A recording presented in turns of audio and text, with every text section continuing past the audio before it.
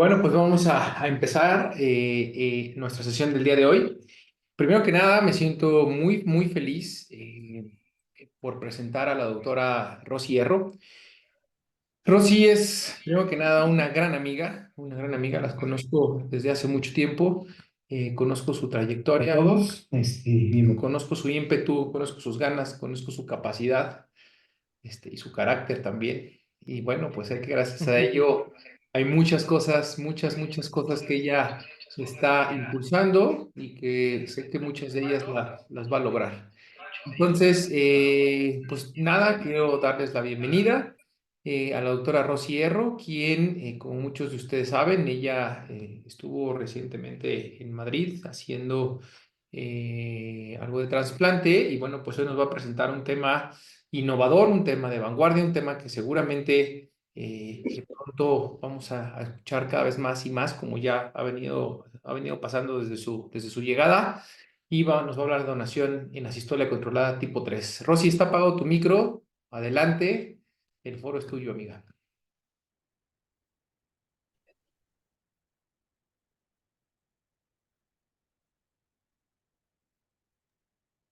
Muchas gracias, Carlos. Buenas noches a todos y gracias por tu presentación. Y es mutuo todo lo que me dices, recíproco. Pues bueno, vamos a hablar acerca del tema de donación en asistolia controlada tipo 3. Antes de empezar, nada más quiero comentar que este tipo de donación no se realiza en México. Es algo en lo que pues estamos trabajando para ver si en un corto o mediano plazo podamos realizarlo, siempre y cuando la ley lo permita, porque pues las ganas y todo lo demás lo tenemos, pero no tenemos una aprobación por la ley mexicana de salud. Entonces, no podemos iniciarlo si no está aprobado. Entonces, bueno, dentro de la plática, es un tema muy extenso, la verdad me gusta mucho, de repente me voy muy rápido, si voy muy rápido me pueden detener, me pueden interrumpir.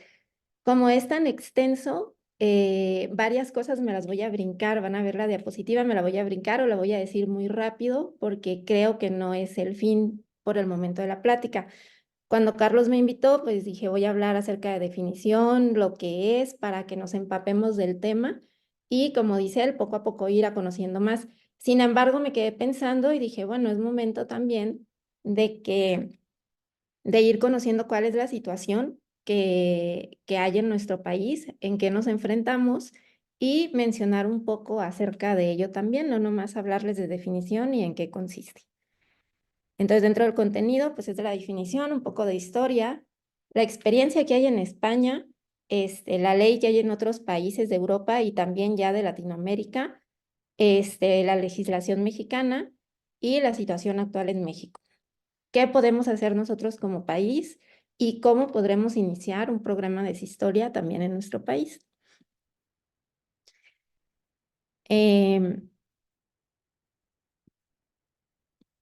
De entrada, la cistolia controlada tipo 3, bueno, adelante les digo la definición. El trasplante de órganos sólidos es la terapia consolidada que salva la vida o mejora la calidad de vida de aproximadamente 100,000 pacientes cada año en el mundo.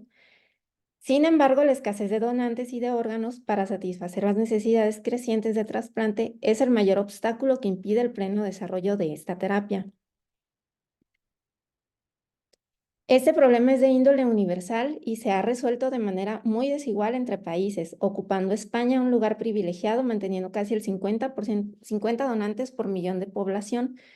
El éxito español se fundamenta en la implementación de una serie de medidas, fundamentalmente de índole organizativa, encaminadas a optimizar la identificación de donantes potenciales y su conversión en donantes reales, sobre un sustrato legislativo, estructural, sanitario, técnico y político adecuado. El modelo de donación y trasplantes es reconocido como referencia internacional y se ha replicado con éxito en otros países y regiones del mundo. Entonces aquí es la primera pregunta, ¿es el momento para México? Obviamente no nos vamos a comparar con un país primermundista como España, pero más adelante les voy a hablar de otros países que están empezando y que creo que tenemos todos nosotros para también poder hacerlo y lograrlo. Esto se dio a cabo por el descenso del potencial de donación en muerte encefálica, es decir, la mortalidad por accidentes de tráfico y por enfermedad cerebrovascular ha sufrido un descenso a lo largo de los años en España debido a los cambios en la atención del paciente, y no nada más en España, en varios países. Entonces, la necesidad de desarrollar fuentes alternativas a la donación de órganos por personas en muerte encefálica resultó evidente. En concreto, la donación en asistolia está en creciente expansión en diversos países europeos.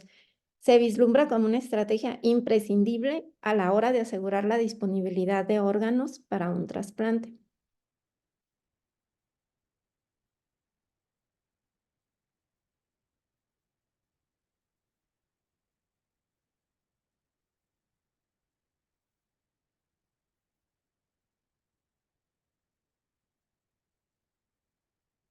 Perdón. Bueno.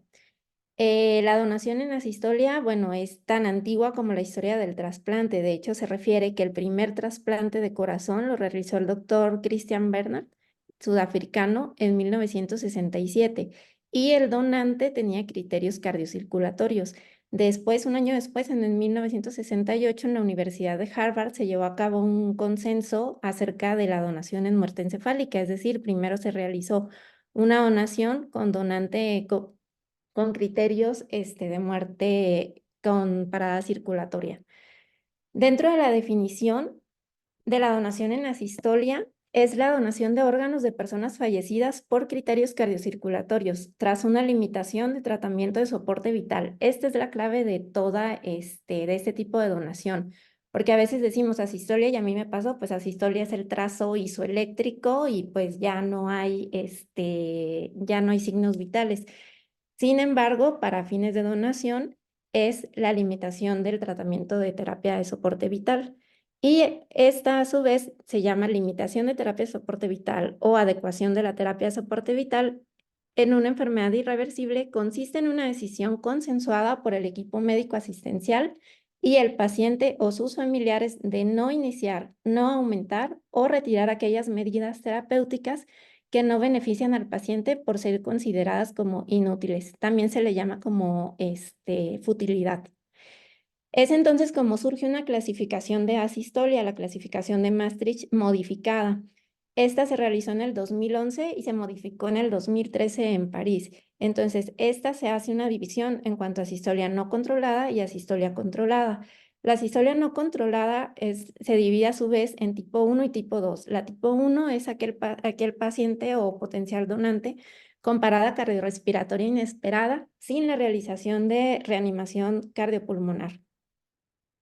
La tipo 2 es un paro cardiorrespiratorio o resucitación infructuosa, es decir, el paciente que llega a urgencias en paro, que se trata de dar maniobras de RCP, se les coloca Lucas, etcétera, pero ya no es, ya es infructuosa toda la reanimación.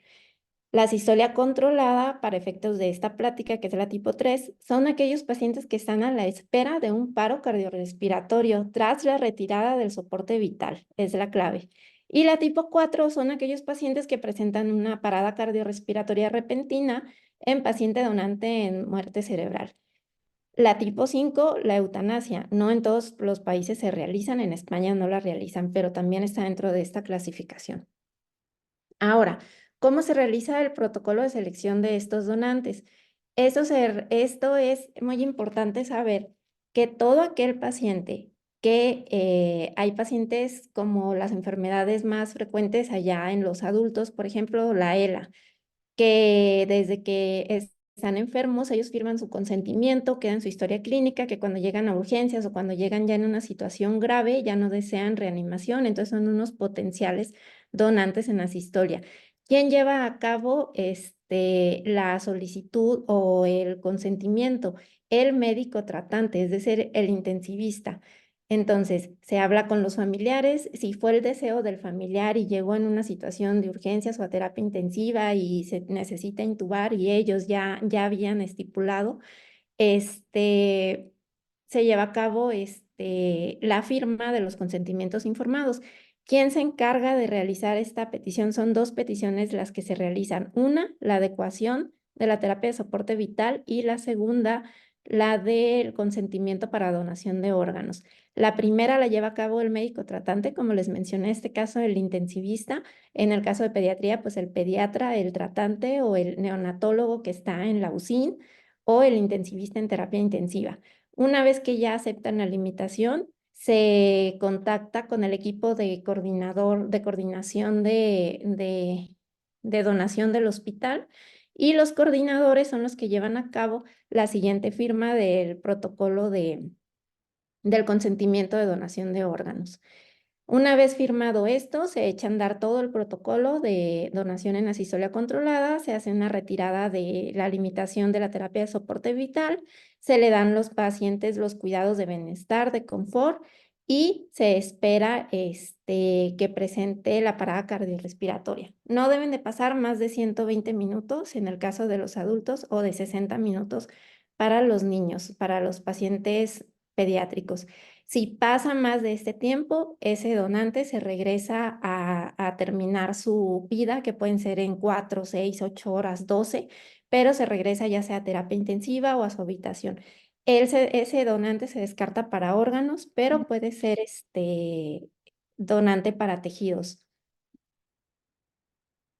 ¿Qué pacientes tienen contraindicación absoluta para este tipo de donación? Todos aquellos que presentan una infección no controlada, tumores malignos o disfunción multiorgánica, muy similar a la donación en muerte encefálica. ¿Y qué pacientes o qué donantes son los potenciales? Son todos aquellos que tienen una patología de base, tanto neurológica, circulatoria y respiratoria, con un pronóstico catastrófico. No hay límite de edad, sin embargo, se considera, debido a las comorbilidades, al tiempo que lleven en terapia intensiva, etcétera, se considera recomendable que no sean mayor de 75 años de edad. Como les mencioné al principio, la autorización para la donación se lleva a cabo por medio de los familiares, o si el paciente en vida dejó estipulado que quería ser donante. Después se lleva a cabo la firma de los consentimientos. Esta, la de la adecuación, la solicita el médico intensivista a cargo, y la de donación de órganos, el coordinador. En cuanto al manejo premortem de ese donante, pues existe mucha controversia, y también depende de los órganos que se van a extraer y el tipo de preservación. ¿Por qué controversia? Porque algunos centros dicen que ellos no quieren manejo premortem, ya que interviene en aspectos éticos, sociales, etcétera. Entonces, es dependiendo del centro. ¿Cuál es el manejo premortem? Pues puede ser desde la canulación con doble balón, el inicio del ECMO y la heparina a dosis supraterapéuticas. En el caso de pediatría es muy importante mencionar que que todo el manejo, la canulación es post-mortem, porque se busca generar menor daño en ese donante, y aparte porque son niños pequeños. La canulación se prefiere directamente a aorta y a cava, y son por lo general niños que pesan menos de 30 kilos. En cuanto a la secuencia de donación, pues se le dan las medidas. Esta va a iniciar desde que se acepta la adecuación de la terapia de soporte vital, sean medidas de confort con pseudoanalgesia, oxígeno. Posteriormente viene la retirada de la ventilación mecánica, y esta puede ser de dos maneras: uno, extubación terminal, o la otra, desconexión del respirador con manteniendo el tubo intratraqueal. No se realiza reanimación cardiopulmonar una vez que presenta ya los datos de parada cardiorrespiratoria, y en el intervalo entre la retirada de la ventilación mecánica y la declaración del éxito se pueden administrar fármacos para mejorar las condiciones de los órganos a trasplantar, como les mencioné, la heparina, fentolamina, entre otros. Y estos medicamentos no son para acelerar la muerte del donante, sino para mejorar las condiciones de los órganos. Posteriormente viene un periodo de observación, que va desde la parada hemodinámica a la declaración del exitus. La parada hemodinámica va a depender de la edad del donante, y esta se va a definir como una hipoperfusión o la TA sistólica menor del 50% para el percentil según la edad del paciente. Más adelante les voy a mencionar. O la TA sistólica menor de 60 para los adultos. Y la ausencia de circulación se demostrará mediante la presencia de al menos uno de los siguientes hallazgos: asistolia en un trazado electrocardiográfico continuo, ausencia de flujo sanguíneo en la monitorización invasiva de la tensión arterial o ausencia de flujo aórtico en un ecocardiograma. Uno de los tres, no tienen que ser los tres. En cuanto a los tiempos de isquemia en donación en asistolia controlada, estos son los más importantes y cruciales para este tipo de donación. Esta tabla es muy bonita porque aquí se explica básicamente lo que es todo. Desde el momento de la retirada del soporte vital, la extubación, hasta el momento de la preservación, es considerado el tiempo de isquemia caliente total.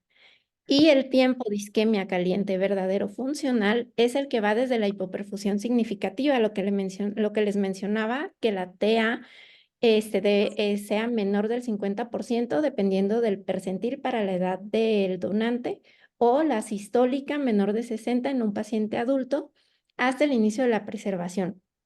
Este es el tiempo de isquemia caliente verdadera funcional. ¿Cómo se traduce? Que los tiempos de isquemia caliente funcional válidos para hígado, intestino y corazón y páncreas deben de ser de menos de 30 minutos. Para el riñón y los pulmones, menos de 60 minutos. Si el tiempo excede este tiempo, son descartados esos órganos para trasplante. Entonces, la isquemia caliente funcional no debe ser mayor de 120 minutos entre la retirada de la ventilación mecánica y la parada cardiocirculatoria.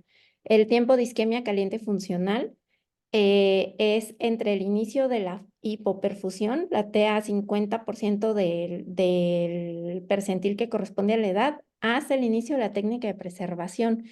Y el tiempo de isquemia caliente funcional es el factor fundamental para decidir la viabilidad de los órganos a trasplantar.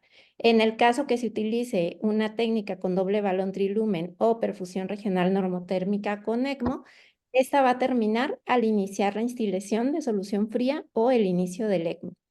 En caso de una cirugía súper rápida, esta va a terminar al canular la aorta abdominal e inicio de la solución fría. La función retardada del injerto en caso de los riñones y la colangiopatía isquémica del hígado están asociados principalmente a la técnica súper rápida. Entonces, esto se traduce en que existen varias técnicas de preservación de órganos.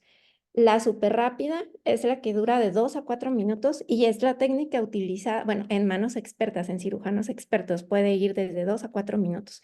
Y es la primera técnica utilizada, la única manipulación premortem es la heparina. Se realiza una laparotomía, se canula la aorta abdominal, se inicia la infusión de solución fría y ahí termina el tiempo de isquemia caliente funcional.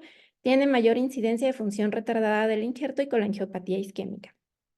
La perfusión fría con catéter de doble balón trilumen ya casi no se usa, está en desuso. El principal objetivo era disminuir el tiempo de isquemia caliente funcional y colocación, se coloca premorte en el doble balón por la arteria femoral. Se colocan dos balones, uno superior a nivel del diafragma, otro inferior a nivel de la bifurcación aórtica. Y a diferencia de la técnica súper rápida, no se canula la aorta y disminuye así el tiempo de isquemia caliente funcional. Actualmente este ha sido sustituido por la perfusión regional normotérmica, que esta es la técnica más usada y es la que se prefiere en pediatría, ya que proporciona sangre oxigenada, favoreciendo la reinstauración del metabolismo aeróbico y disminuyendo el insulto isquémico. Contribuye a la disminución de la función retardada del injerto y a la colangiopatía isquémica hepática. La canulación de los vasos arteriales y venosos pre o post-mortem, conexión a ECMO, disminuye el tiempo de isquemia caliente funcional. En los niños siempre es post-mortem. Independientemente de la técnica que se ocupe, si los órganos a extraer son pulmones, se realiza una reintubación simultánea. En cuanto a la comparación con donantes en muerte encefálica, no se ha visto ninguna diferencia en este tipo de donaciones. Y los lugares en donde se realiza actualmente, pues la mayoría son europeos, Bélgica, Reino Unido, España es el líder a nivel mundial, Reino Unido, Holanda, Países Bajos, y también se realiza.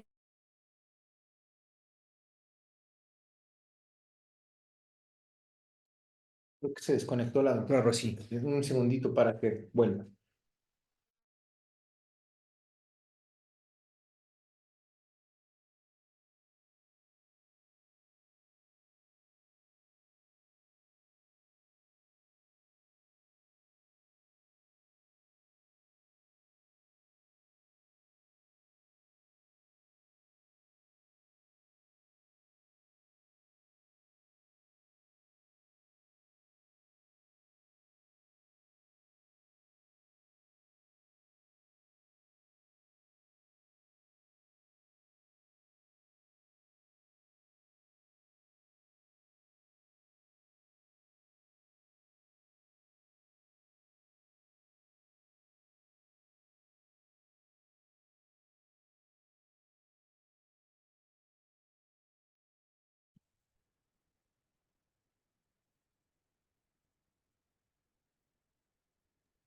Te fuiste, Rosita, pero ya regresaste. Sí, perdón, sí, me desconecté. ¿Ya se ve ahí la presentación? No todavía.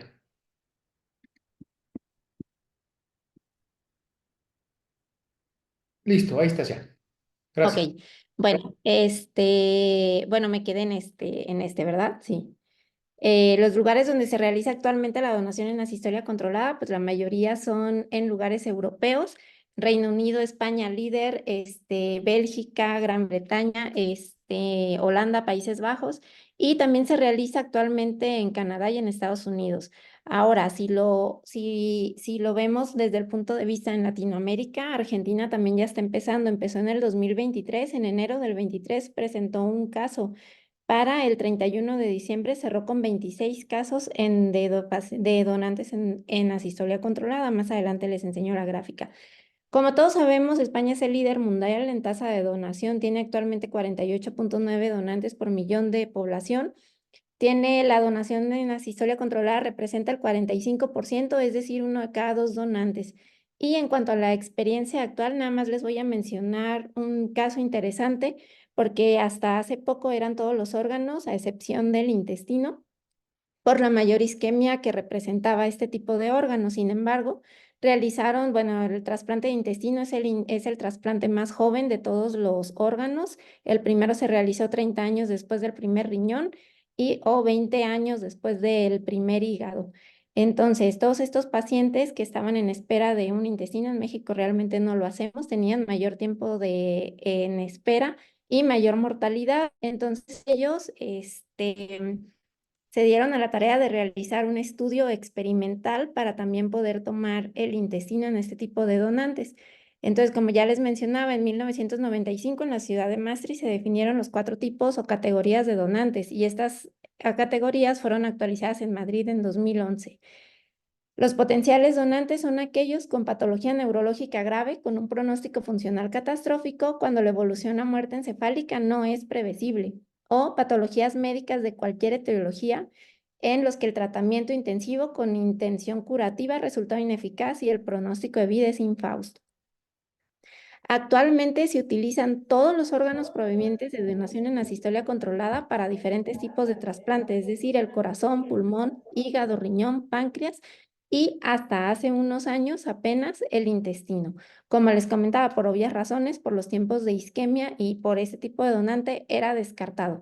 Sin embargo, ahora que tuve la oportunidad de estar allá, me empapé de todo esto. Realizaron un proyecto para experimental en cerditos primero, después en ratas para valorar la viabilidad de los intestinos provenientes de este tipo de donantes y lo cual pues resultó pues bien. Aquí les voy a poner un video acerca de cómo se realiza el proceso. Esto fue cirugía experimental completamente. Este es en el hospital en donde yo estuve. El modelo pues es en puerquitos, los llevan ahí del animalario, los llevan, los duermen, los sedan, los llevan al quirófano, como ven ahí. Hay dos porque se realizó en uno la extracción y en el otro el trasplante, era cuando se estaba haciendo a cabo este estudio. Se les induce un neumotórax intencionado para producir pues la muerte más rápido y se realiza la asepsia, la antisepsia, como en cualquier paciente humano. El estudio quisieron hacerlo lo más similar a la realidad, entonces por una parte entra el familiar a despedirse del donante, ahí se les está explicando lo que está pasando. En el monitor se ve cómo empieza a bajar tanto la saturación como la frecuencia cardíaca y ya tiene la limitación o la adecuación de la terapia de soporte vital. Se le da oportunidad a la familia, también a la familia se le puede decir si quieren despedirse desde la terapia intensiva. La verdad, yo la oportunidad que tuve, todos entraron a despedirse en el quirófano. Fue algo muy impresionante para mí porque la primera vez cuando yo llegué, la primera donación me tocó en asistolia y yo veo a los familiares entrar y yo, ¿qué es esto, no? Pero bueno. Así es el proceso. Por otra puerta, una vez que salen los familiares, entran el equipo médico para ya realizar la extracción.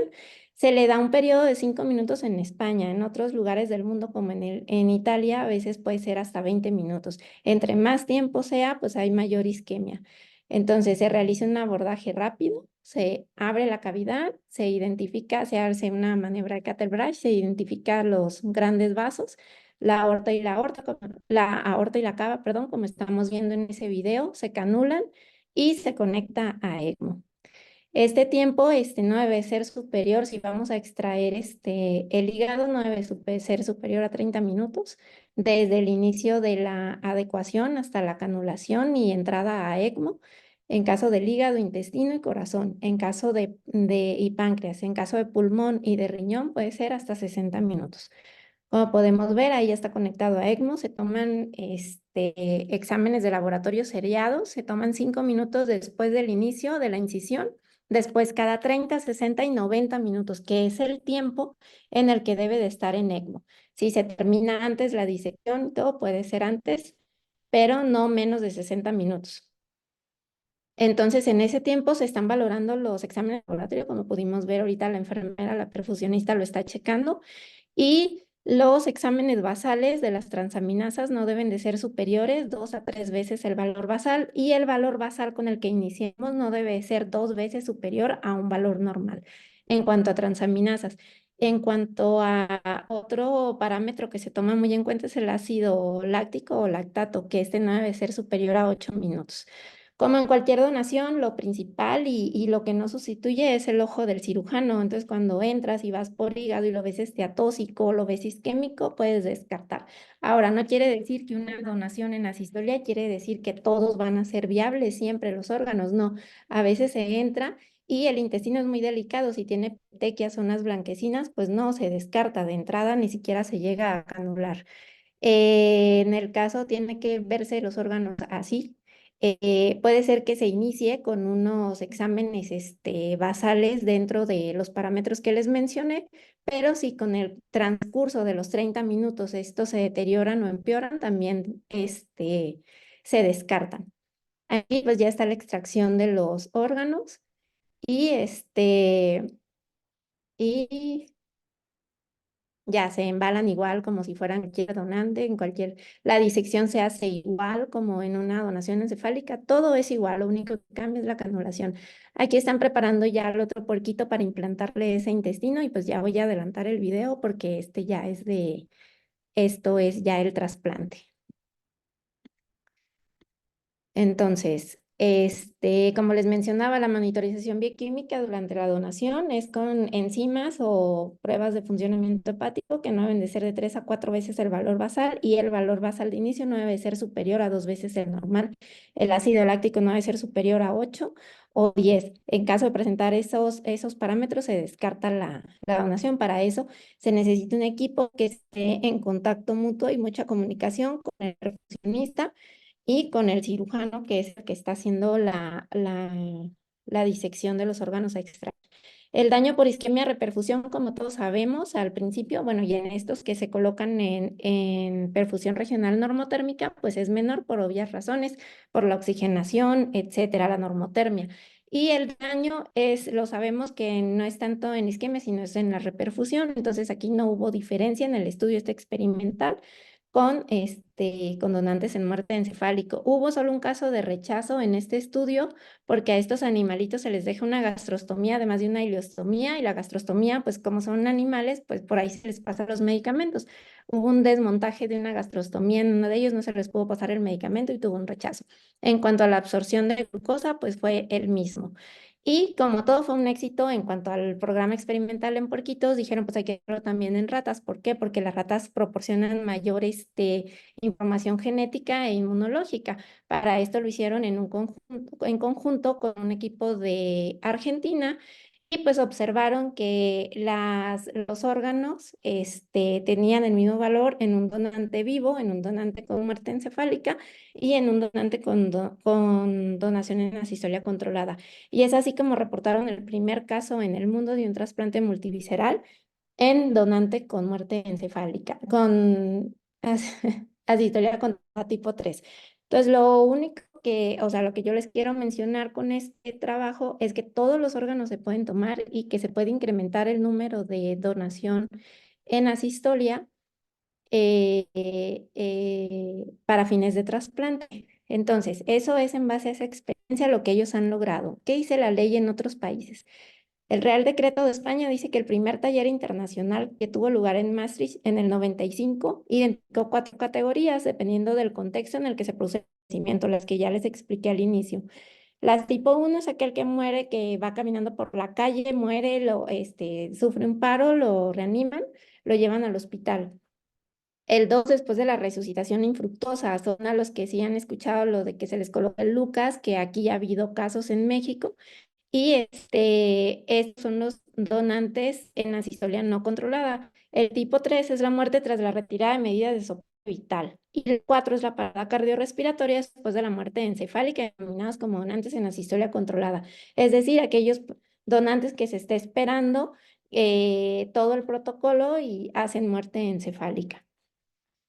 La ley del 1979 de octubre sobre extracción y trasplante de órganos establecía los requisitos para la cesión, extracción, conservación, intercambio y trasplante de órganos humanos con fines terapéuticos y fue desarrollada por el Real Decreto en 1980, el 22 de febrero. Los progresos científicos y técnicos llevaron a una derogación de dicho desarrollo por el Real Decreto el 30 de diciembre del 99, por lo que se regularon las actividades de obtención y utilización clínica de órganos humanos y la coordinación territorial en materia de donación, trasplante de órganos y tejidos, el cual incorporaba novedades como la donación tras la muerte por parada cardiorrespiratoria. Si se fijan, tampoco, o sea, pues son 25 años, pero tampoco es de que tengan muchísimo tiempo. Y la donación en asistolia controlada, que se realizó en niños, fue en 2018. Ahorita les voy a comentar. Obviamente es un decreto muy extenso que solo les comento estos párrafos. En el capítulo 8 dice certificación de muerte, acto médico en virtud del cual se deja constancia escrita del diagnóstico de la muerte de un individuo por criterios neurológicos o por criterios circulatorios y respiratorios. Esta constancia escrita no sustituye la posterior preceptiva cumplimentación del certificado médico de la defunción. El capítulo 11 dice, diagnóstico de la muerte, proceso por el que se confirma el cese irreversible de las funciones circulatoria y respiratoria o de las funciones encefálicas de conformidad con los criterios establecidos en este Real Decreto. El diagnóstico de muerte por criterios circulatorios y respiratorios se basará en la constatación de forma inequívoca de ausencia de circulación y de ausencia de respiración espontánea, ambas cosas durante un periodo no inferior a 5 minutos. Como requisito previo al diagnóstico y certificación de la muerte por criterios circulatorios y respiratorios, deberá verificarse que se cumplen una de las siguientes condiciones: que se han aplicado durante un periodo de tiempo adecuado maniobras de reanimación cardiopulmonar avanzada que han resultado infructuosas en los casos de temperatura corporal inferior o igual a 32 grados. Se deberá calentar el cuerpo antes de poder establecer la irreversibilidad del cese de las funciones circulatoria y respiratoria y, por lo tanto, el diagnóstico de muerte. No se considera indicada la realización de maniobras de reanimación cardiopulmonar en base a razones médicas y éticamente justificables, de acuerdo con las recomendaciones publicadas por las sociedades científicas competentes. Es decir, realizaron un consenso en todas las sociedades, la ONT, la Sociedad Española de Trasplante, las sociedades de trasplante de corazón, de hígado, etcétera. La ausencia de circulación se demostrará mediante la presencia de al menos uno de los siguientes hallazgos: la distolia en un trazado electrocardiográfico continuo, la ausencia del flujo sanguíneo en la monitorización invasiva de la TA y la ausencia del flujo aórtico en un ecocardiograma. En España se realiza trasplante de todos los órganos procedentes de asistolia controlada tipo 3. En México se realiza en tejidos procedentes de asistolia. El protocolo de donación y el trasplante en donación dice, en marzo de 2014, la ONT inició un proceso para la elaboración de un protocolo nacional en el que se abordaran y unificaran todos los aspectos relativos a la donación, extracción y trasplante de hígado de donantes en asistolia controlada. Una vez finalizada la primera versión del protocolo, el documento fue abierto a consulta pública, incluyendo toda la red de coordinación y trasplante, así como a las sociedades científicas, la Sociedad de Trasplantes, la de Trasplante Hepático, la de Neumología y Cirugía Torácica, la de Medicina Intensiva, Crítica, Unidades Coronarios, etc. Atendidas sus sugerencias, el protocolo fue avalado por las sociedades científicas mencionadas, así como por la Comisión Permanente de Trasplantes del Consejo Interterritorial de Salud. Se realiza la donación en asistolia controlada en Europa, Estados Unidos y Argentina. Entonces, los donantes en parada circulatoria, solo tejidos en México. Casos anecdotarios hay en México, pero en asistolia tipo 2, la tipo 3 no existe. Existe un artículo publicado en la Gaceta Médica del 2014 y de trasplante renal en asistolia Maastricht tipo 2, que fue el primer reporte de caso en México. Estos son datos anecdotarios. En Argentina, ¿por qué pongo Argentina? Porque como les dije al inicio, no podemos compararnos con España, pero con Argentina quizás sí. Entonces, la primera donación en asistolia controlada se realizó en enero del 23. Para el 31 de diciembre habían hecho 26 casos de donación en asistolia controlada. Obviamente la tasa de donación en Argentina es muy superior a la de México, con 17.5 por millón de habitantes. En nuestro país ellos pusieron este renglón en la ley de Argentina, este párrafo, perdón, en donde ponen, en nuestro país, la ley tal de trasplante de órganos, tejidos y células ha incluido en el artículo 36 la certificación de muerte mediante la determinación del cese irreversible de las funciones circulatorias o del cese irreversible de las funciones encefálicas, según sea el caso. Esto es muy similar a lo que dice nuestra ley. Con eso, ellos ya pudieron empezar la donación en asistolia. ¿Qué dice la legislación mexicana en el capítulo 14 de donación, trasplante y pérdida de la vida de la Ley General de Salud? Que la pérdida de la vida ocurre cuando se presenta la muerte encefálica o el paro cardíaco irreversible. Entonces, si ustedes dicen, bueno, ahí dice el paro cardíaco, sí, pero no dice que hay adecuación de la terapia de soporte vital. En la de Argentina tampoco lo dice, pero sin embargo ellos ya empezaron. Entonces, nosotros no podemos arriesgarnos a empezar a hacer este tipo de donación siempre y cuando no nos autoricen por medio de la ley mexicana que se agregue ese apartado, el paro cardíaco irreversible con adecuación de la terapia de soporte vital. No me voy a entretener en esto. La situación actual en México, actualmente el primer trimestre, perdón, del 2024 hay en lista de espera 20.136 receptores, 16.000 para riñón, 200 para hígado, 23 de corazón y así sucesivamente. La donación en México es menos de 5 por millón de población. Y 4.4. Y estos son datos de Senatra que tampoco voy a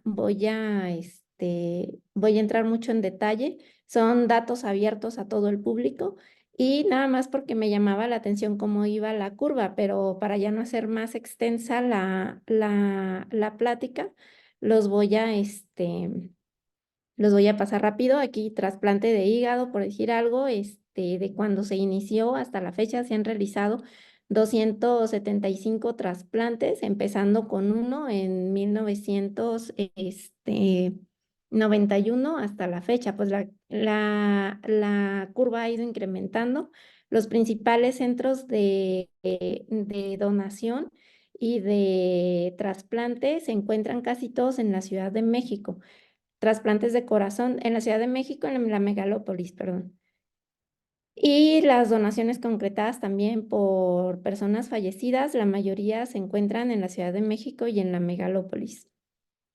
Entonces, los receptores en lista de espera en el primer trimestre del 24 hasta abril, ahorita estamos cursando el segundo trimestre, pues de riñón están 16.629, en total 20.136. Estos son en el primer trimestre.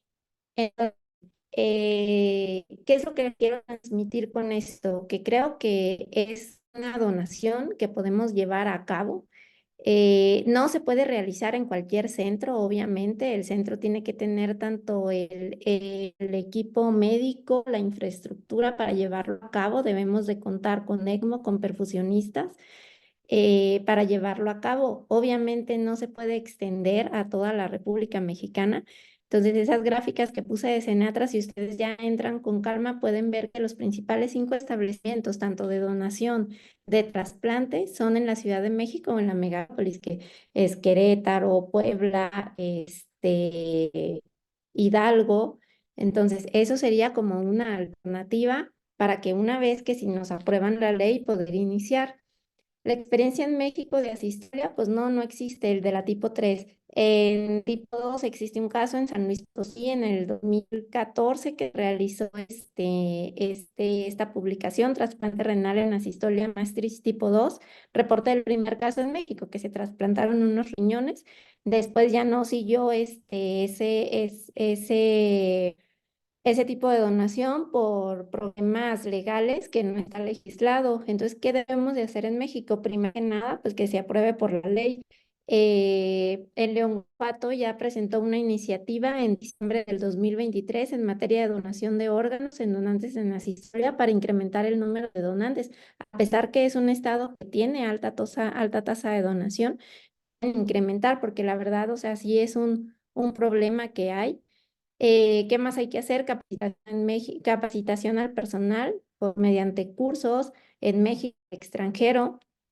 Una vez aprobada la ley, contactar a todas las unidades de terapia intensiva de los hospitales que cuenten con programa activo de donación y trasplante para lograr la limitación de la terapia de soporte vital o la adecuación de terapia de soporte vital o en su caso la futilidad.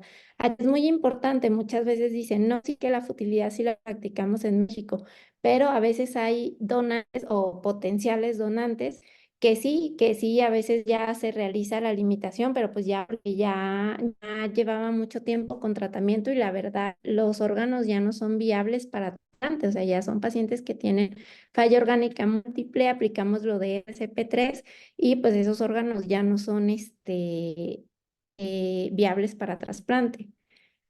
¿Cómo, cuándo y dónde iniciar? Bueno, pues en hospitales locales, la Ciudad de México, como les decía, debemos de contar con ECMO o, en su caso, con transporte para el ECMO. Es algo difícil, se escucha así como, ay, imposible, pero creo que sí existe la manera para hacerlo. ¿Cómo se puede capacitar a la gente, realizar y asistir a cursos de asistolia, tanto en México como en el extranjero? Realizar mayor difusión para concientizar a la población por medio de redes sociales, televisión, radio, etcétera. Hay un curso que yo tuve la oportunidad de tomar en 2 ocasiones. En noviembre del 2024 se llevará a cabo. En el curso precongreso de trasplantes no es anuncio, no es comercial. La verdad va a estar muy limitado solo para trasplantólogos, que se va a hacer el primer curso aquí en México de donación en asistolia, también como lo vieron en el video con cerditos. En cuanto a la valoración morfológica y funcional, de cada órgano se hace en el quirófano de forma similar a la realizada en los donantes en muerte encefálica. Como les decía, una vez llegamos y tomamos los criterios que se toman. Si el hígado lo vemos esteatóxico, isquémico, se descarta. Tampoco quiere decir que la donación todos van a funcionar. A veces llegamos a conectar el ECMO y aunque sea España la primera reporte de los laboratorios, dependiendo al hospital que se acuda, por ejemplo, es a los 30 minutos, pero la están reportando la primera a los 45 o a la hora. Entonces ya la vemos, pero si ya la siguiente está mal, pues ya se descarta. La valoración funcional incluye la evaluación de los parámetros analíticos previo a la limitación, como también durante el proceso de la extracción. La ausencia de la parada cardiorrespiratoria no mayor de 90 minutos. El tiempo de isquemia caliente funcional más de 30 minutos. Se descarta hígado, intestino y corazón. Puede ser viable para riñones y para pulmón o para tejidos. Cuando esto rebasa los 60 minutos, se descarta ya el resto de los órganos. La afectación orgánica por hipoperfusión, el periodo máximo de isquemia caliente permitido en niños es desconocido, pero podría estar en torno a los 60 minutos. En los adultos, 120 minutos. No hay nada establecido para los niños, pero se toma como referencia 60 minutos. Esto, como ya les mencionaba, el tiempo de máxima isquemia caliente funcional en riñón y en pulmón, 60 minutos. Hígado, corazón y intestino multivisceral, 30 minutos. Si se excede este tiempo, se van descartando los órganos y se pueden tomar los tejidos. Tras finalizar la fase de la canulación y el clampaje, se inicia la terapia con ECMO, comprobando la viabilidad de los órganos abdominales correspondientes, tanto por el aspecto macroscópico como por los exámenes de laboratorio, que es decir, las pruebas de función hepática y bilirrubinas, durante un periodo mínimo de 60 a 90 minutos para poder tomar la decisión adecuada para la aceptación o no de los órganos. La valoración macroscópica del cirujano sigue siendo el factor con mayor correlación de la viabilidad del injerto, especialmente en injertos como el intestino y el hepático. En el injerto hepático se observa además la perfusión hepática, el color de la mucosa de la vesícula biliar y el aspecto esteatóxico del hígado. Es decir, cuando se ve la pared de la vesícula con parches de isquemia, se abre la misma, si por dentro está igual, pues ahí se cuestiona, se valora si se toma el órgano o no. No se utilizan injertos con un grado de esteatosis superior al 30%, esto es igual que en la muerte encefálica. En casos necesarios de realizar biopsia, siempre y cuando esté disponible, y en el injerto intestinal se valora el grado de isquemia generada por la hipotensión junto a la aparición de petequias o zonas parchadas blanquecinas. Dentro de las recomendaciones, el monitoreo y la corrección de los siguientes parámetros fisiológicos del paciente cada 20 a 30 minutos. El flujo de la bomba de recirculación depende de la superficie corporal de cada donante, la temperatura del circuito que debe estar a 37 grados, el pH de la gasometría entre 7,35 a 7,45, la presión arterial de oxígeno de 100 a 150, un hematócrito superior a 20 y los exámenes de laboratorio dentro de rango. Como criterio de idoneidad del órgano surgen los siguientes valores de transaminasas. La AST y la ALT iniciales debe ser menos de 3 veces el límite superior de la normalidad y la ALT y la AST finales después de los 90 minutos debe ser menos de 4 veces el límite superior de la normalidad. Si se superan estos, se descartan. Transcurridos 90 minutos de PANECMO, se realiza la extracción de órganos correspondientes. No hay evidencia distinta a lo empleado habitualmente en cuanto a la preservación ex situ y transporte, es decir, las soluciones de preservación son las mismas y el transporte igual. Se recomienda extremar el cuidado para mantener la temperatura del injerto y el tiempo de isquemia que no exceda las 8 horas. ¿Cuáles son los puntos clave en la donación de asistolia controlada? Es un procedimiento complejo que incluye una extracción multiorgánica y debe realizarse con velocidad y precisión. La experiencia del equipo de extracción es determinante en la validez del órgano, por lo tanto es recomendable un equipo multidisciplinario con personal experimentado, es decir, el perfusionista tiene un valor muy importante en este tipo de donación.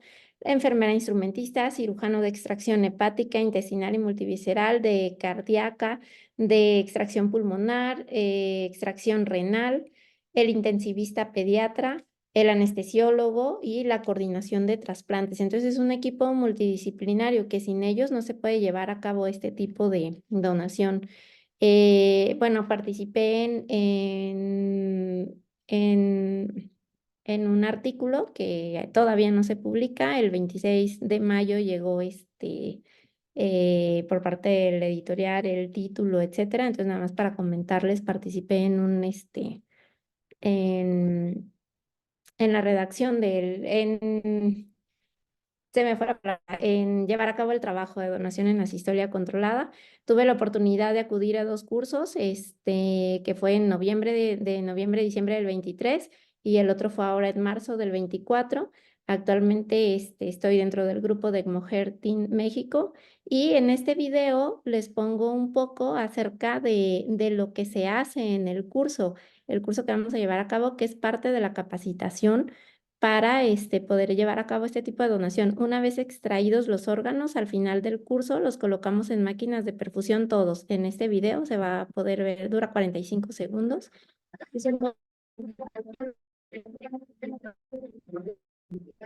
De intentar realizar.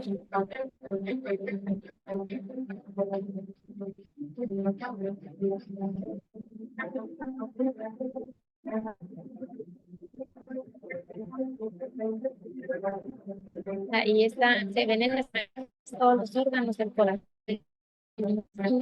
Todos funcionando a la perfección. Una vez extraídos, colocan en una de perfusión y pues ya están listos estos órganos para implantarse. Entonces, pues definitivamente es una alternativa para incrementar el número de donación y así poder ayudar o desahogar esa lista de espera, como podemos ver que es interminable. El próximo curso de donación en Asistolia en Madrid se va a llevar a cabo en noviembre y nada más, ese es como un aviso al que esté interesado me puede contactar. Y pues ese es parte de lo que les quería presentar hoy. No sé si haya dudas o preguntas. Es un tema muy extenso, quizá hay muchas cosas que a lo mejor se queda así como, ¿what? Sobre todo para los que no se dedican al trasplante, pero es una alternativa muy importante, como podemos ver ahí. Se puede realizar tanto la extracción y trasplante del corazón hasta el intestino, el riñón, el hígado, el páncreas, todos y los resultados son muy similares a la muerte encefálica. Y en España, pues ya no hay tanta muerte encefálica. Bueno, sí hay, es el 50 y el 50, pero es una manera de incrementar la donación. Entonces, la verdad creo que esta es una alternativa para países como el de nosotros. Hay países que ni siquiera realizan trasplantes. Entonces, creo que estamos nosotros muy por debajo de lo que podríamos estar. Y esta sería una alternativa. No es una sustitución por la muerte encefálica. Es una alternativa para poder incrementar la tasa de donación. Esto obviamente no se va a llevar a cabo la noche a la mañana y les repito, no nos comparamos con España y no vamos a tener así como que, ay, wow, vamos a empezar y ya la donación se incrementó y ya esa lista de espera de 20,000 son 5,000. Pues no, no, sería así como un sueño.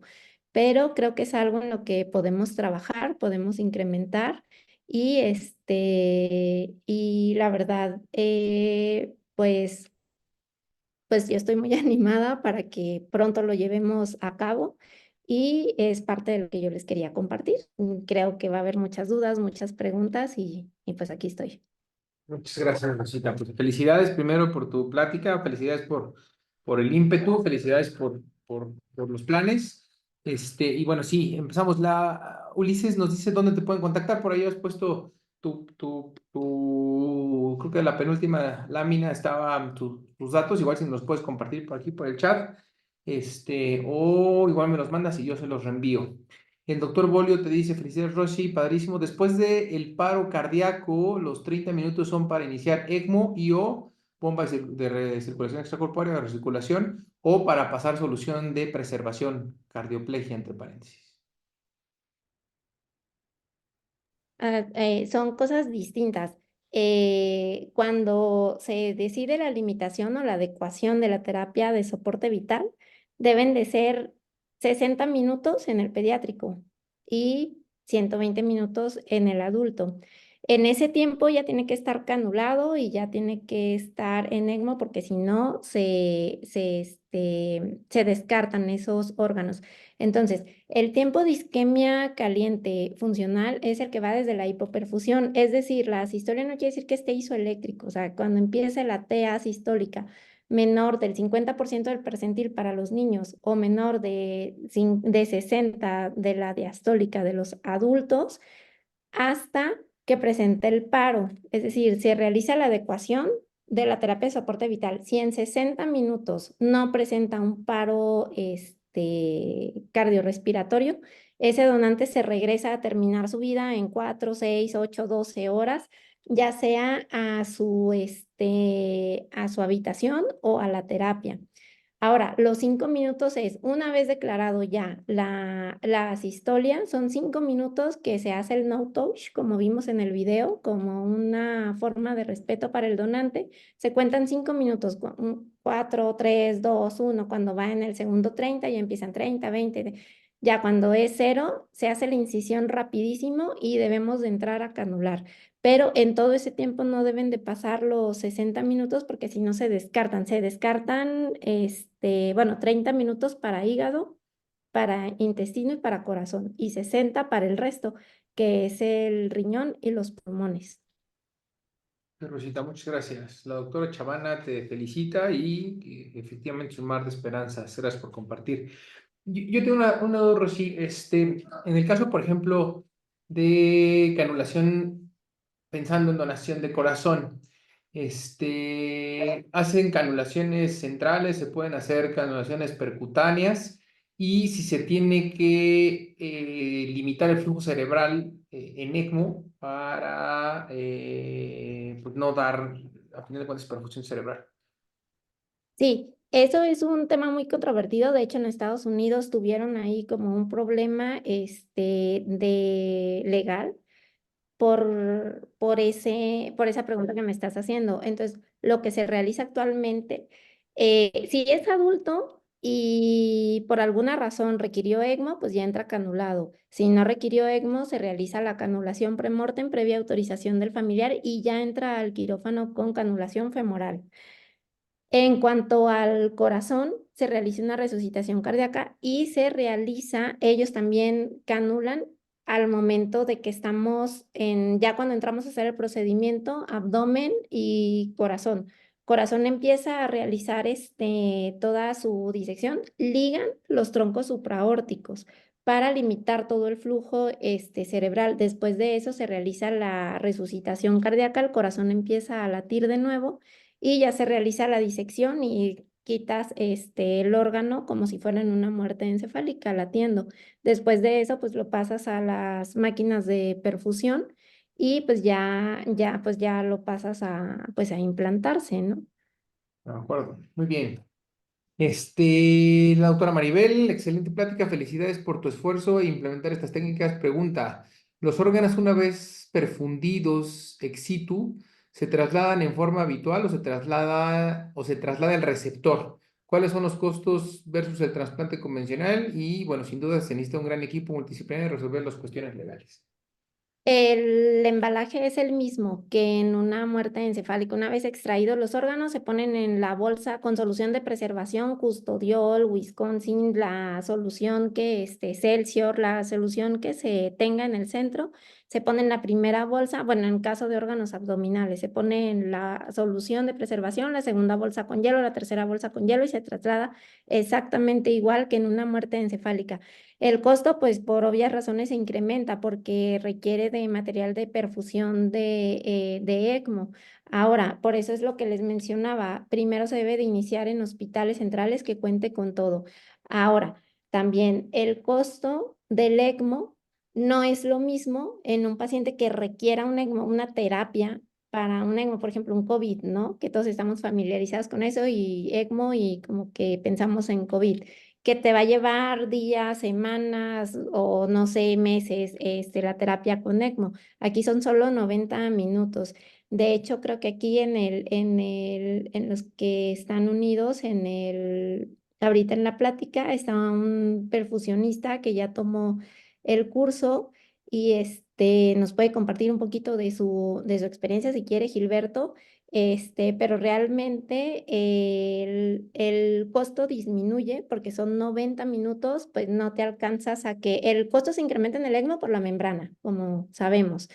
Entonces no alcanzas a que esa membrana disfuncione porque son de 60 a 90 minutos lo que el donante esté en ECMO. No puedes prolongar más el tiempo y más o menos es el tiempo en el que realizas una disección habitual de un donante en donación de muerte encefálica. Sí, por supuesto. Rolando, adelante. Creo que tu micro está apagado.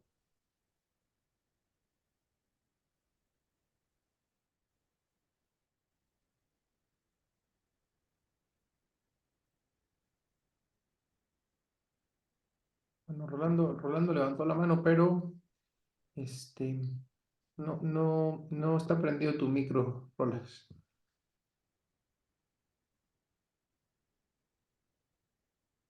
Bueno, a ver ahorita lo que es. A ver, aquí está Martita.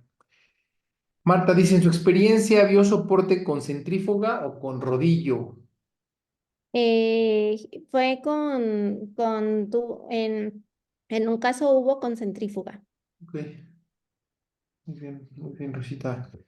Oye, bueno, y sé que es difícil presupuestarlo, pero sé que los programas, a final de cuentas, tienen como o sea, yo quiero implementar este programa para mejorar mis donaciones. ¿Cuál sería el presupuesto que nosotros buscaríamos? ¿Qué porcentaje de donaciones se incrementarían de acuerdo a los diferentes órganos si nosotros implementáramos este programa en nuestro país?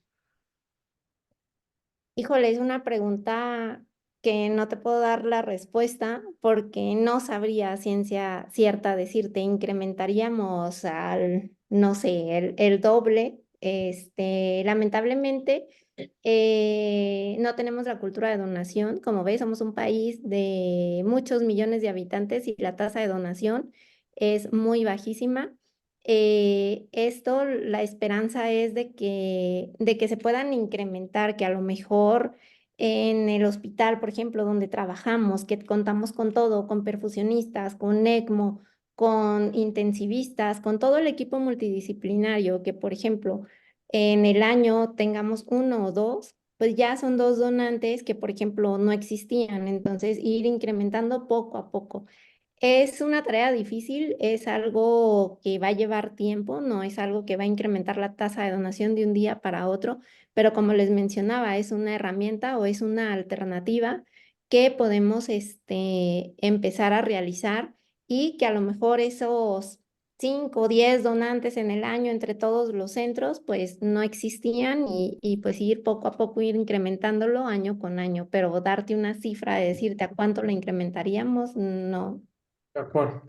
Rolando, ahora sí, adelante. Gusto saludarte, Rolando. Charlie, buenas noches. Paz. Doctora, felicidades, Charlie. Felicidades, muy buen tema. Quisiera comentar, sí, tiene razón la doctora, se eleva mucho el costo con polimetilpenteno, pero también hay fibra hueca que se puede utilizar solamente por el tiempo que se hace el procedimiento y eso abatiría mucho los costos. En cuanto a tubería, pues es de lo más económico. Hay maneras de subsanarlo. Eh, Hace aproximadamente 4 años yo también el curso y en ese mismo tiempo realicé la especialidad para coordinador de trasplantes. Mi tesina fue acerca de matriz 3, tratando de iniciarlo igual que la doctora, con mucho ímpetu, con muchas ganas. Desafortunadamente, como dice la doctora, la ley no nos ayuda. En el curso del Senatra, platicando con los abogados, yo les pregunté directamente a ellos que si se podía echar a andar aquí en México. Ellos me hicieron la pregunta clara, si está en la ley, ya leíste tú la ley, ya te la aprendiste, ya te hicieron el examen, dime si está en la ley. No, no está en la ley, fue mi respuesta y me dijeron, lo puedes hacer. Si no está en la ley, lo puedes hacer. Entonces yo creo que hay una ventana por ahí. Yo platicaba con Lorena, que me parece que conoce a la doctora porque me platica mucho de ella, y era lo que le decía, en parte yo creo que podemos brincarnos, por ahorita en pediátricos no, brincarnos adultos, ver cuál es la respuesta, lógicamente a una demanda o algo así, pero siempre y cuando con los consentimientos, sí, y poderlo echar a andar, porque sí es muy necesario, hay la experiencia, hay muchos profesionistas que ya manejan ECMO, entonces, y los cuidados, como dice la doctora, muy cierto, no son igual a un ECMO. Sí, entonces yo creo que sí se puede hacer. Me gustaría ponerme en contacto con ella, Charlie. No sé si nos puedes echar la mano por ahí. Y muchas felicidades para todos.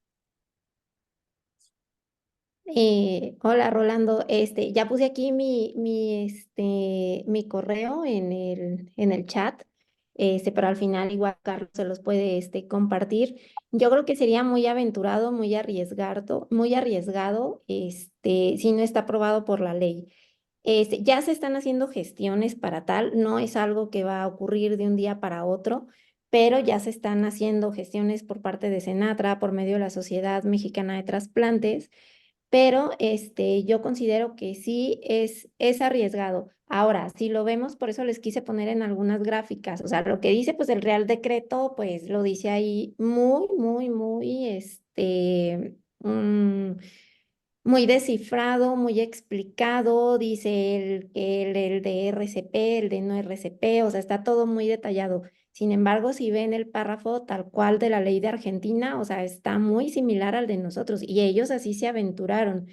Pero aquí pues sí existe el riesgo de que, por ejemplo, si se tienen que firmar dos consentimientos, uno el de la adecuación de la terapia de soporte vital y el otro de la donación de órganos por separados, porque en cualquier momento la familia se puede retractar y puede decir, ¿sabes qué? Siempre no, porque se les explica exactamente todo lo que se les va a hacer. Obviamente lo que vimos en el video sin el neumotórax, ¿no? Entonces, en cualquier momento se pueden arrepentir. Por eso se hacen dos consentimientos, porque si se arrepienten de la limitación, pues si queda estipulado en los dos, pues se arrepienten de los dos, ¿no?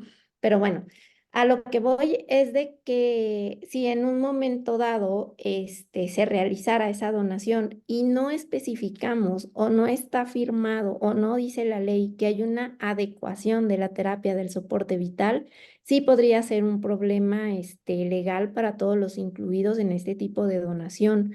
¿Por qué? Porque finalmente tú le estás quitando el soporte. O sea, que ese paciente o ese donante va a terminar en una muerte, sí, pero hasta que continúe con todos los medicamentos, como les comentaba, por ejemplo, un dato, un niño con una válvula de derivación ventriculoperitoneal que entra a cirugía y no hace muerte encefálica, pero ya su pronóstico es catastrófico.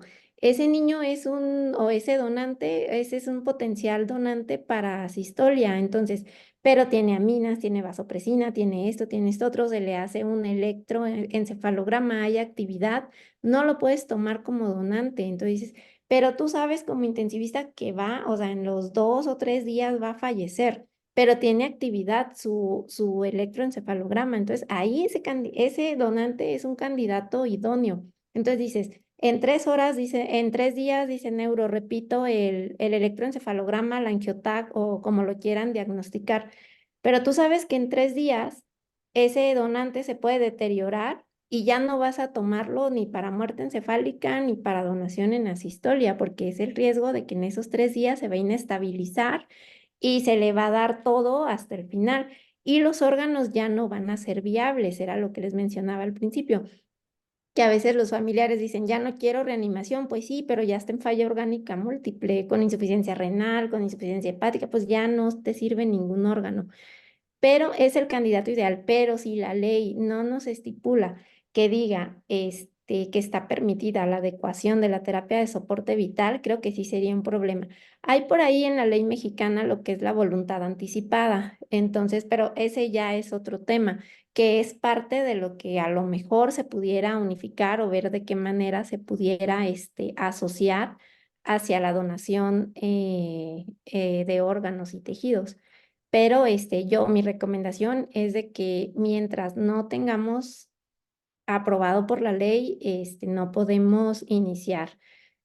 Como les comentaba, ya se están haciendo gestiones para esto.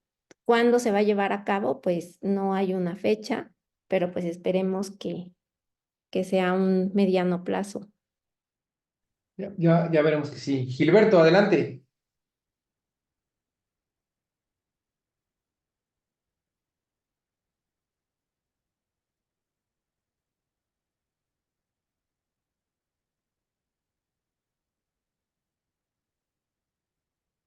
Ya está prendido tu micro, Gilberto, pero no te escuchamos. Bueno, mira, si quieres en lo que se resuelve ahorita lo de Gilberto, tienes otra pregunta. Si se llega a realizar una exclusión del flujo cerebral al inicio de ECMO, es la perfusión cerebral, ¿existe alguna reducción en los flujos sistémicos que se debe brindar en ECMO? Existen muchas dudas, muchas gracias y muchas felicidades por el tema. O sea, es decir, si clampeas los vasos supraórticos, tienes que reducir un flujo, yo pensaría que no, pero no sé si tú tengas algo diferente. No, no. No, de acuerdo. Muy bien. Pues Gilberto anda por ahí, pero no se anime. O sea, prendió su micro, pero seguramente va a tener por ahí un tema en la conexión. Muy bien, bueno, pues mientras se resuelve eso, no sé si alguien más tenga alguna duda, alguna pregunta. Rosy, yo por último, bueno, mi última pregunta sería, ¿cómo ayudamos? O sea, ya lo dijiste muy bien, pues, bueno, las estrategias en cuanto a comunicación, en cuanto al entrenamiento, en cuanto a los cursos, en cuanto a hacer equipo, etcétera. Pero puntualmente, ¿cómo ayudamos para que esto pueda ir tomando forma? Pues lo primero es, una vez aprobada por la ley, pues como un equipo multidisciplinario, porque finalmente se requiere de todos, como les puse ahí en la diapositiva. El perfusionista es una base fundamental en este tipo de donación. Los cirujanos hacer equipo, tanto el cirujano de corazón en México, pues realizamos trasplante de corazón, de riñón, de hígado, estar en comunicación todos como un equipo multidisciplinario, todos estar en la misma sintonía. Obviamente necesitamos personal capacitado. No cualquiera puede decir, sí, se ve en fases cómo se hace, sí se requiere de un adiestramiento. Y yo, por lo que vi, por lo que por la poca experiencia que he tenido, lo ideal sería, como les mencionaba, iniciar en centros en donde tenemos todo y, y unirnos como médicos, como equipo multidisciplinario y de esa manera se ayudaría una vez aprobada por la ley y detectar todos esos pacientes. Ahora, una vez aprobada por la ley, lo primero que se haría es contactar a todos los responsables de las terapias intensivas, primero establecer en dónde iniciamos. Ok, ya está aprobada la ley, iniciamos en Ciudad de México. Ok, ¿qué centros van a empezar? No puede empezar un segundo nivel, un que no tiene ECMO, que no tiene terapia, que no tiene esto. Entonces, ¿cuáles centros, qué institutos empezarían? O sea, eso ya dependería, o sea, también, o sea, eso no depende de mí, ¿no? Esa es mi idea. Empezar en un centro que cuente con todo, contactar a los jefes de la terapia intensiva, porque ellos también es la base o es el primer contacto para llevar o concretar una donación, porque es el que le está dando el soporte y es el que se lo va a retirar y es el que va a hablar con la familia, porque los cirujanos de trasplantes y los coordinadores hasta después de que no acepten la limitación de la terapia, no tienen contacto con ningún familiar. Entonces, hablarlo es concientizar, es seguir haciendo difusión, es dar a conocer en qué consiste todo esto y unirnos para poder lograrlo y realizarlo. Ahora también otra cosa, no necesariamente si hay un instituto, la mayoría de los institutos tienen ECMO, pero por ejemplo los que no tienen, la otra opción también es el ECMO transporte. Entonces, realizar equipos con personas capacitadas en ECMO y trasladarse las personas estas capacitadas a donde se encuentre un donante. El donante nunca se traslada a otro centro, se lleva a cabo en donde está, siempre y cuando tenga licencia de donación y de trasplante ese hospital o esa unidad. De acuerdísimo. Muy bien. Pues no sé si tengamos más preguntas, comentarios para la doctora Rosy. Ya nos compartió por ahí su correo, pero igual también si por alguna razón hay algún tema, me pueden escribir a mí y yo le hago llegar la información. Creo que Gil no puede activar su teléfono, pero buenas noches. Pues nos pone aquí en el chat. Buenas noches a todos. Comparto la opinión de Rolando de utilizar membrana hueca para iniciar el soporte extracorpóreo y así aminorar los costos que conlleva implantar el ECMO, pero como dice Rosy, primero tenemos que tener la situación legal, ¿no? Muy bien. Como les comentaba, bueno, pues esta plática queda grabada, la subimos al canal de YouTube, se le paso yo el link a Rosy también por si quiere alguien, si no la escuchó completa o compartirla con alguien. Rosita, pues nada, felicitarte nuevamente por todo, por lo que estás logrando y sé que pronto vamos a estar hablando ya como una realidad de esta terapia en nuestros centros y seguramente va a estar ahí liderado por ti, por todo el grupo que ha estado en boga con esto. ¿Algo con lo que quieras terminar la charla de hoy? No, no, pues muchas gracias por su atención, gracias por la invitación, Carlos. Y pues, pues nada, a echarle ganas y tratar de que esto no solo sea un sueño, sino que sea una realidad. Y pues nada, ahí está mi correo y cualquier cosa, pues estoy a la orden. Muchas gracias, Rosita. Bueno, pues les agradezco a todos su atención hoy.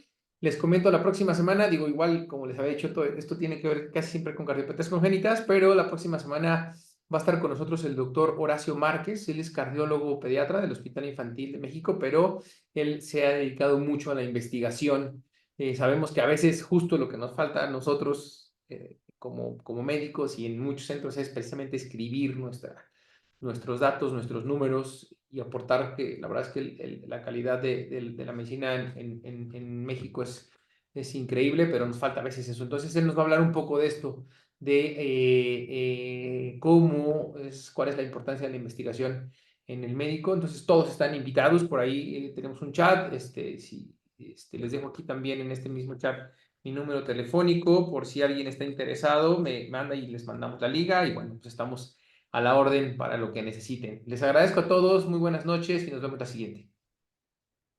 Adiós. Gracias, Rosita.